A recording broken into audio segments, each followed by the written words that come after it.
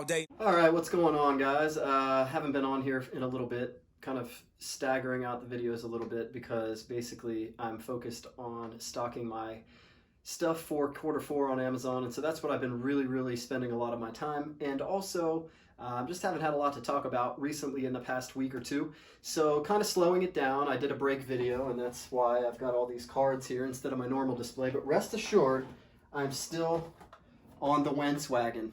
That's still my guy. I still trust and believe in him. He had a gritty performance on Sunday night against the 49ers, and I think the Eagles are back at least into a position where they can start to recover and move forward as a winning football team. Now, they still have some major glaring holes that they need to clear up before that, but I'm not here to talk about the Eagles or football. I wanted to talk to you a little bit about product. Well, the package presentation that you have when you deliver a product to somebody and how it affects the customer and why it's a little bit more important than you might think it is. Now, early on, whenever you're just getting started in reselling, I'm a big fan of like saving as much money as you can. And so at that point in time, I think that you should just get boxes wherever you can. And the best places to get boxes when you're starting up are from like friends and family. Just have them collect boxes for you, save all of their shipment boxes for you. And if you get like 5 or 10 people doing this for you, it's going to be enough boxes to completely fund your business. However, they aren't always going to be the size you need, and they're not always going to be in the shape that you desire. And sometimes you're going to have to cut them and Frankenbox them. And what that means is cutting a box so that it specifically fits the item that you're shipping, kind of making your own creation like the Frankenstein monster, and doing it that way. But eventually you need to build the cost of boxes into your business model, right? And the other thing that you'll save is time, because now you're not going around spending an entire day trying to find boxes, whether it be dumpster diving, collecting them from friends and family, or even what I did was put basically a Facebook message out there on Marketplace and off of a page that I created around my business, and then promoted it for $5 and said like, hey, I'm looking for any boxes that anybody has. And somebody like a couple towns over, about 30 minutes away, gave me a ton of boxes. They had just, they were a big Amazon Prime person, and they run their own book business, so they always have a ton of boxes to get rid of. And again, this took me, 30 minutes to get there, 30 minutes to return, to load all the boxes in and out, to take them all apart because they're all, together, they're not broken down. And for storage purposes, you want them broken down. So that all took time, which was worth it early on because you're saving all that money on boxes. But eventually it's a pain in the butt, right? Eventually you need to just have quick access to the boxes that you need, that you specifically use the most. And so for me, it's like the 11 by 7 by 4 box from Walmart, the 6 by 6 by 6 box, which I don't get from Walmart anymore. I order them direct to my house. And so with that and the bubble wrap and all of that, all stuff that I used to just get for free, I now pay for, and it's made my life so much easier. But there's another benefit to that, not just the time and the effort that you'll save, and that's your customer's happiness. And the direct result of that happiness can also reduce some other things that cause frustration, like returns. And I'll get to that in a minute, but basically, and I haven't statistically proven this, but I am almost 100% sure that it's true, that when you start caring about the way that your packages look when they leave your house, you'll start to get fewer returns from customers. So the package presentation, it matters a lot more than you think. And I don't know if any of you have ever had ordered items from certain companies like Nike or, and done unboxing of certain products that are kind of more unique and kind of more of a customer experience.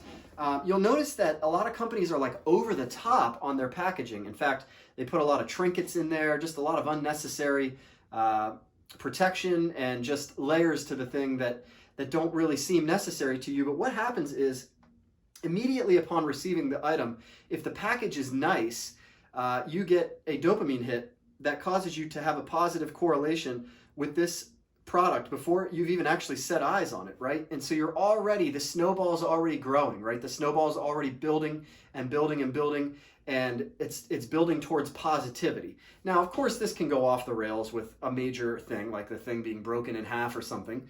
But for minor things, your eye will now become less aware of minor discrepancies, like you just won't see them, you won't notice them right away.